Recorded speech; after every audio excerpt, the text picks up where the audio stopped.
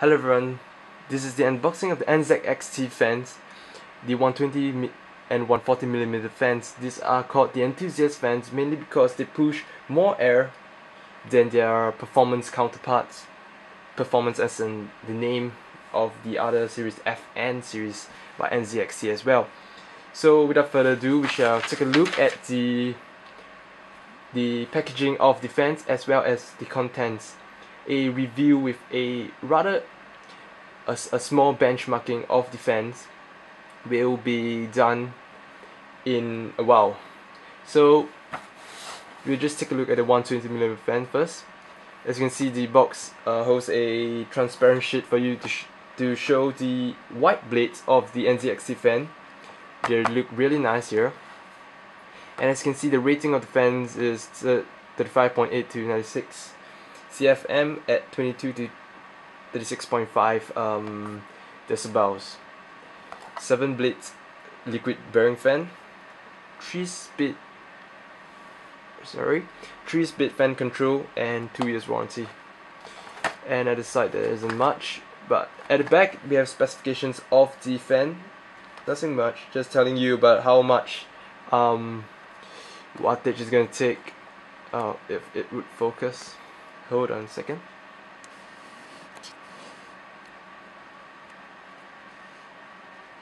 Yes, okay. So the current input speed of the fan.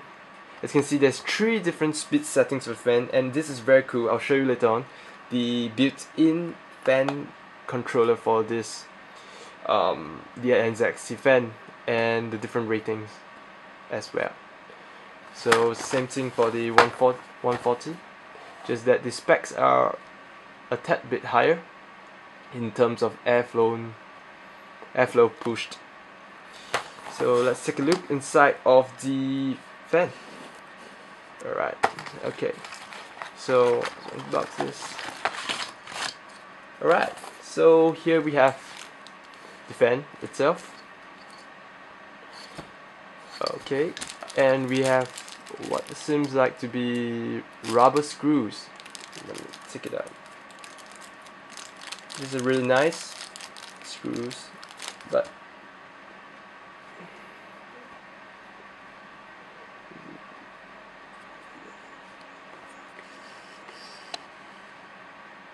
alright, there you go, the rubber screws. And here we have the 3-pin to Molex connector. Okay, plug out obviously. And the fan has a sleeve wire by NZXT. This is really nice. As well as this, the fan controller. As you can see, we have the 3 settings: low, medium, and high, which we'll test out later on. And this is the fan. Looks really cool. Yep. Nothing much on the fan. NZXT logo. And now just take out the 140mm fan, so to let you see. Oh, apparently it's supposed to have these screws, these black screws as well. Probably the distributor that gave me this left that out by accident. Nevertheless, this is the 140mm fan. Same thing, the 3 to 4 pin Molex, as well as the fan controller. Yeah. So now we shall take a look at it in action. Just hold on a second. Okay, so here's the 120mm fan plugged in to my case apparently now. This is very strong. Oh my goodness. These push quite a bit of air, to be honest. From here, from the camera here, I can totally feel the wind blowing. And it's a hot day in Singapore, as always. So it feels really good. So now I'll this is currently at the max setting. Now I'll go to the medium speed of the fan using the built-in fan controller. Sorry. Hold on. Alright, this is medium. And this is low. At low, you can't really hear anything. At medium as well,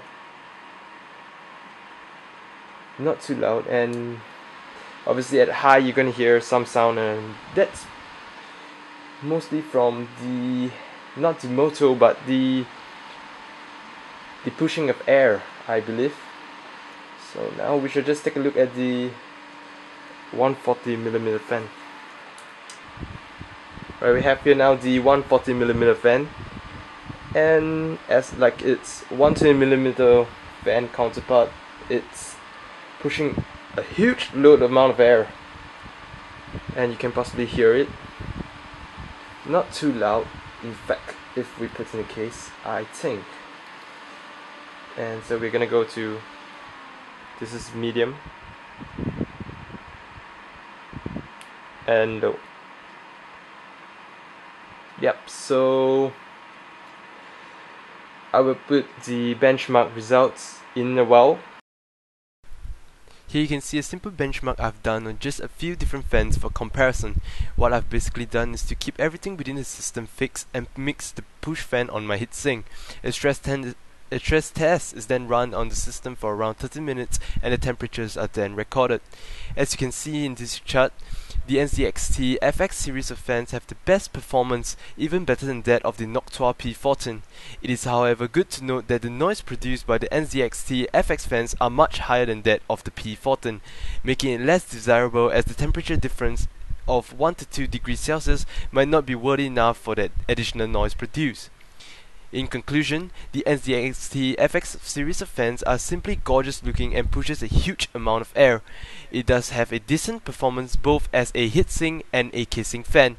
The additional integrated controller is unique but has its own flaws. The cable for the fan controller is too short to be routed to the outside of the case, and thus, if you want to control the fan speed, you have to open the case to access it.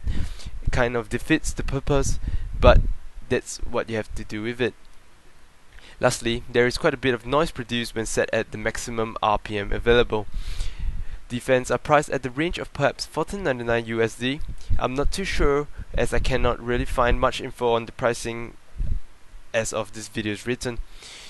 But locally here in Singapore, the distributor has told me that they are going for $25 and $28 for the 120mm and 140mm fans respectively. For the pricing, it falls a little below the premium pricing of fans such as the Noctua P12 and P14 fans. However, it is still a tad bit pricey, but it does have some decent performance to go with it.